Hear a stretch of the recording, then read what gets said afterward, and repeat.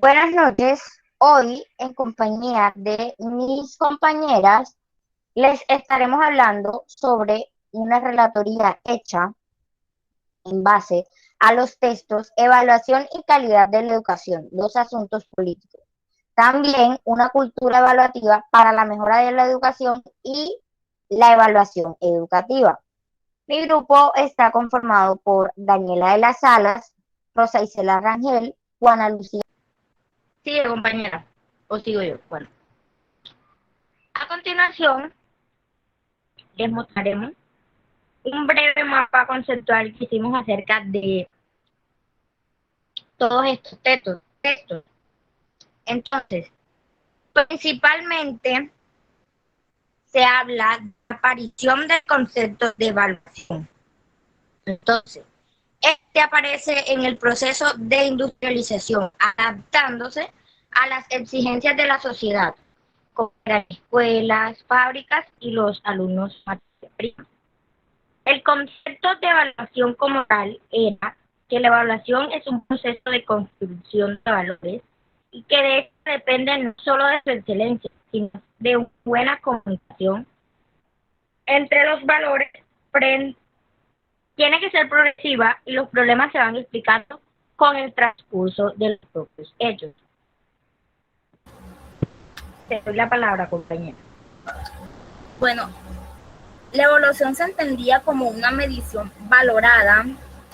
F. Galton introdujo la expresión test mental en un primer intento de clasificar a los individuos a partir de una inteligencia promedio y por la necesidad de tipificar las condiciones adecuadas para examinar a los sujetos y poder compararlos entre sí.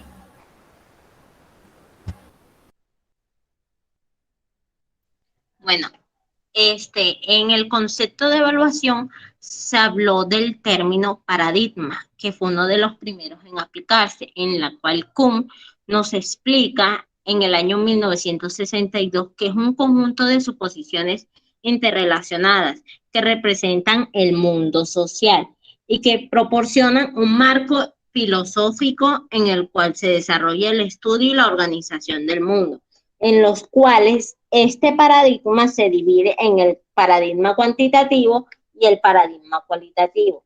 El paradigma cuantitativo nos indica Campbell, que es el estudio en el cual se define como el único medio tradicional en el cual se acumulan datos de manera racional, y esto deriva a la conclusión lógica de los conceptos.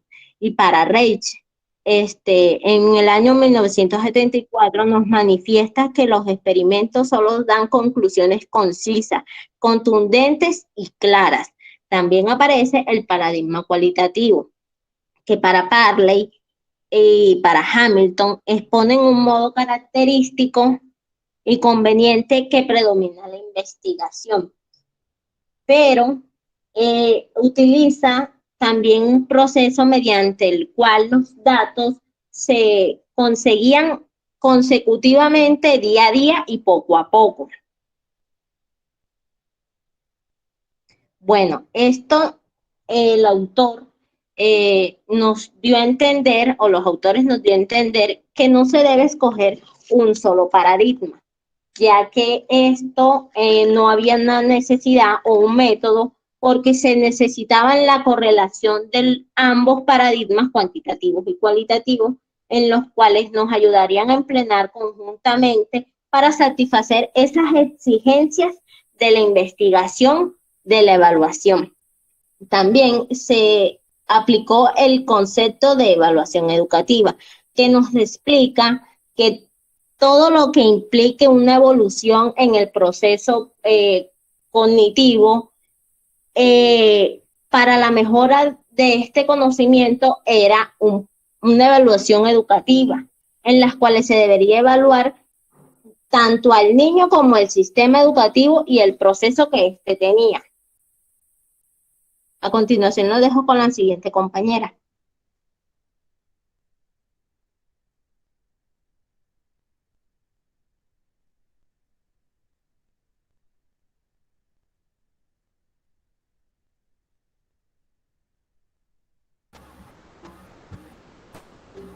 como dice mi compañera, la evaluación educativa se caracteriza por el control, que es una prerrogativa y una obligación de la sociedad responsable de la regulación de la acción educativa, por un agente evaluativo, que es un sujeto o entidad encargado de la gestión de los procesos evaluativos, una audiencia, que es quien dirige los resultados obtenidos en la acción evaluadora, el centro educativo, que es el lugar donde se desarrolla de forma sistemática y reglada la intervención educativa, criterios de evaluación, que son normas o reglas de valoración a base de los juicios, y un diseño evaluativo, que es la estrategia organizativa del proceso evaluativo.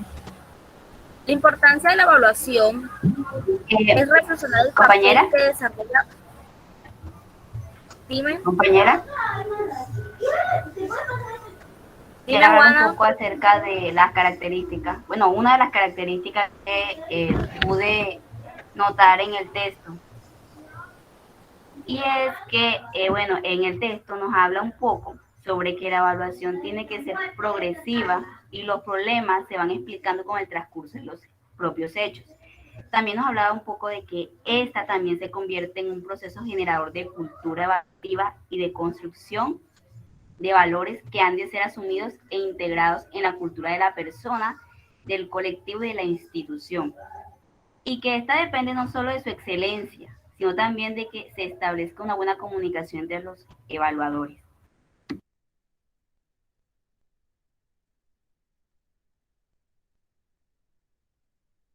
Bueno, para continuar con la importancia, esta nos quiere decir que en la evaluación hay que reflexionar el papel que ésta abarca en el desarrollo social y cómo a través del tiempo y de la historia ha evolucionado su concepto a través de teóricos que ha ayudado a descubrir tanto en el campo psicológico, pedagógico y esas corrientes y modelos nuevas que nos ayudan a aplicar la evaluación de una manera flexible y constructiva.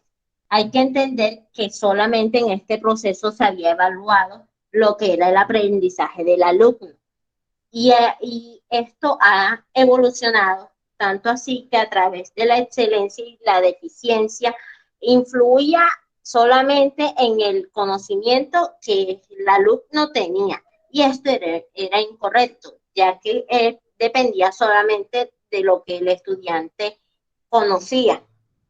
Pero evolucionó de tal manera que el correcto funcionamiento también debía evaluar el sistema educativo y ponía en manifiesto que todos los ámbitos que integraban la evaluación deberían ser evaluados integralmente y de una manera reflexiva. Así es, compañera. Tal como se desprende del análisis del proceso histórico, la evaluación estuvo ligada en un principio a la valoración del aprendizaje de los alumnos, en consonancia con el hecho de que su desarrollo inicial se produjo en el marco de los avances experimentales asociados a la psicometría y a la pedagogía experimental, y posteriormente se centró en los programas educativos y se convirtió en un instrumento clave del desarrollo curricular.